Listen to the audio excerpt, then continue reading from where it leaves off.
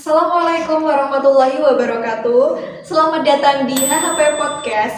Saya Mina Husaniah. Kali ini di podcast ini kita akan membahas tentang Pulau Sebatik. Sebelumnya izinkan saya untuk membacakan sedikit gambaran umum tentang Pulau Sebatik. Pulau Sebatik merupakan salah satu pulau kecil dari puluhan ribu pulau yang ada di Indonesia. Pulau Sebatik terletak di Kabupaten Nunukan, Provinsi Kalimantan Utara. Namun, secara administratif, Pulau Sebatik ini dimiliki oleh dua negara, yaitu negara Malaysia dan negara Indonesia. Negara Malaysia memiliki kekuasaan di Pulau Sebatik yakni pada luasan wilayah 187,23 km yang terletak di bagian utara Pulau Sebatik. Nah, sedangkan Indonesia memiliki kekuasaan wilayah di Pulau Sebatik yaitu pada wilayah selatan Pulau Sebatik dengan luasan wilayah sekitar 246,61 km. Baiklah, untuk podcast kali ini kita ada dua narasumber. Yang pertama yaitu ada Mas Susanto dan ada Mbak Laila. Langsung saja untuk pertanyaan yang pertama yang ingin saya dapatkan informasi yaitu mengenai mengapa Pulau Sebatik dimiliki oleh dua negara. Mungkin dari Mas Susanto bisa menjelaskan terkait hal tersebut. Menjawab pertanyaan dari tadi mengenai Pulau Sebatik dimiliki oleh dua negara karena pada awal mulanya itu terjadi pembelahan Pulau Sebatik menjadi dua, yaitu dimiliki oleh negara Indonesia dengan negara Malaysia, yang mana awal mula ini terjadi pada masa kolonialisme, dan hal tersebut pembagian wilayah tersebut menjadi sebuah warisan yang dimiliki oleh dua negara tersebut. Dan dampaknya pada periode kolonialisme, kawasan-kawasan dunia dibagi ke dalam negara-negara ketiga.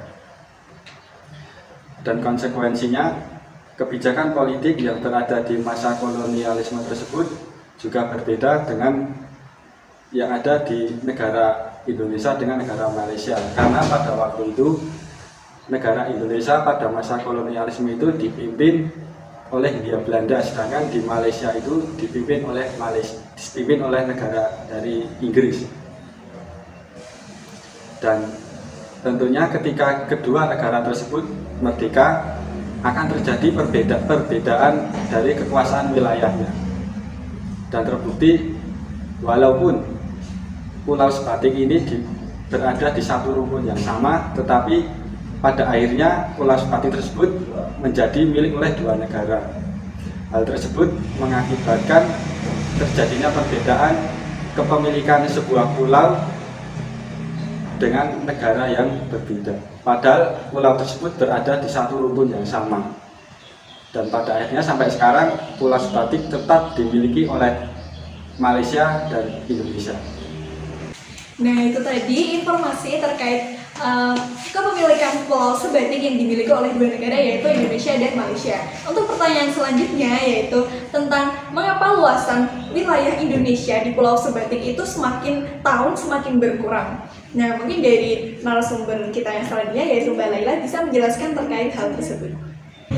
Baik, saya akan menjawab pertanyaan tersebut. Mengapa luas wilayah Indonesia di Pulau Sebatik sekarang ini berkurang? Hal ini terjadi karena adanya perbedaan titik koordinat pada pengukuran yang dilakukan dahulu dan juga pengukuran yang sekarang. Hal tersebut juga disebabkan karena pilar-pilar pembatas yang menjadi acuan untuk batas wilayah sudah tidak berada dalam titik koordinat yang semestinya. Sehingga dengan hal tersebut, wilayah yang seharusnya bergaris lurus menjadi berbelok-belok dan kemudian berpengaruh pada luas wilayah yang menjadi kepemilikan Indonesia. Nah, selain itu, Pulau Sebatik juga memiliki kekayaan sumber daya alam yang melimpah sehingga Malaysia tertarik untuk menguasai wilayah Indonesia. Untuk potensinya itu sendiri mungkin bisa disebutkan seperti pada bidang apa aspek-aspek apa mungkin?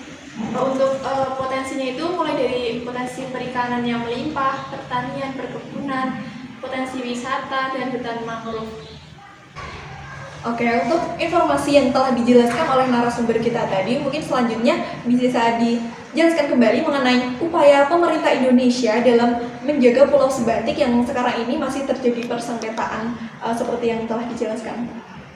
Untuk upaya pemerintah dalam menjaga Pulau Sebatik. Kalau untuk upaya menjaga Pulau Sebatik itu sebenarnya tidak hanya pemerintah saja, tapi banyak sekali elemen-elemen dari negara, ya pemerintah termasuk, rakyat dari Indonesia juga termasuk, dan seluruh aspek-aspek seperti penjaga keamanan, ketertiban itu juga bisa terlibat. Tapi biasanya dalam menjaga Pulau Sebatik ini agar tidak lepas kekuasaannya atau wilayahnya itu tidak lepas dari wilayah Indonesia, biasanya itu dilakukan sebuah perjanjian bilateral yang mana pada perjanjian tersebut itu menghadirkan perwakilan dari dua negara, dari negara Malaysia dan juga dari Indonesia. Dan juga nantinya itu pada saat perundingan tersebut disaksikan oleh negara yang mana negara yang diundang itu sebagai negara penengah atau yang memiliki kekuasaan tinggi, biasanya dari Mahkamah Internasional. Terus yang kedua, upaya yang dapat dilakukan oleh pemerintah yaitu dengan membuat undang-undang mengenai perbatasan pulau terluar. Terus yang ketiga, upaya selanjutnya itu dengan membentuk suatu badan penanggulangan atau badan pengelolaan terhadap pulau terluar. Terus upaya terakhir itu bisa dilakukan oleh aparat keamanan, yang mana biasanya itu dilakukan oleh Polri dan juga TNI. Kalau sudah menyangkut ke aspek keamanan itu biasanya baik dari pemerintah maupun dari masyarakat lain itu tidak bisa ikut campur. Dan untuk pemerintah biasanya cuma memberikan support berupa seperti undang-undang kebijakan, yang mana kebijakan dari pemerintah tersebut biasanya disampaikan oleh dari pimpinan tertinggi baik dari Polri maupun dari TNI. Dan nantinya pemimpin tertinggi dari TNI dan Polri tersebut akan menyampaikan ke anggota-anggota di bawahnya untuk melakukan seperti upaya penjagaan perbatasan, dan juga bentuknya itu seperti operasi-operasi militer gabungan dari TNI, Polri, dan juga biasanya ada masyarakat yang ikut membantu. Biasanya masyarakat yang terdekat dari Pulau Sebatik tersebut. Nah, itu tadi sederet informasi yang telah kita dapatkan dari dua narasumber kita yang sangat hebat-hebat ini. Jadi, Pulau Sebatik merupakan pulau yang dikuasai oleh dua negara, yaitu negara Indonesia dan negara Malaysia. Sengketa di Pulau Sebatik ini merupakan permasalahan yang harus segera diselesaikan sehingga tidak terjadi konflik yang berkepanjangan dan tidak akan mengulang kembali kejadian serupa yang telah terjadi pada Pulau Sipadan dan Bintan. Oleh karena itu, kita sebagai warga negara Indonesia harus lebih memperhatikan mengenai wilayah-wilayah yang memiliki potensi tinggi sehingga dapat dimanfaatkan secara berkelanjutan dan hak-hak Indonesia terkait hal tersebut tidak dirampas oleh negara lain. Baiklah, cukup sekian perbincangan kita pada hari ini. Terakhir saya ucapkan terima kasih kepada dua narasumber kita, Mbak Laila dan Mas Susanto, yang telah memberikan informasi kepada kita sehingga kita dapat berbincang mengenai persengketaan di Pulau Sebatik. Cukup sekian perbincangan kita pada hari ini pada podcast HP. Sampai jumpa di lain kesempatan. Kurang lebihnya mohon maaf. Wassalamualaikum warahmatullahi wabarakatuh.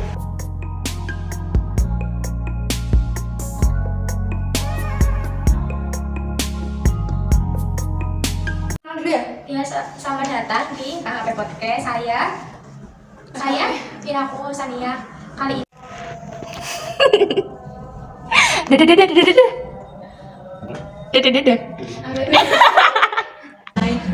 Persengketaan di Pulau Sipadan. Pulau Sebatik itu tekanannya. Mengenai Pulau Sebatik itu.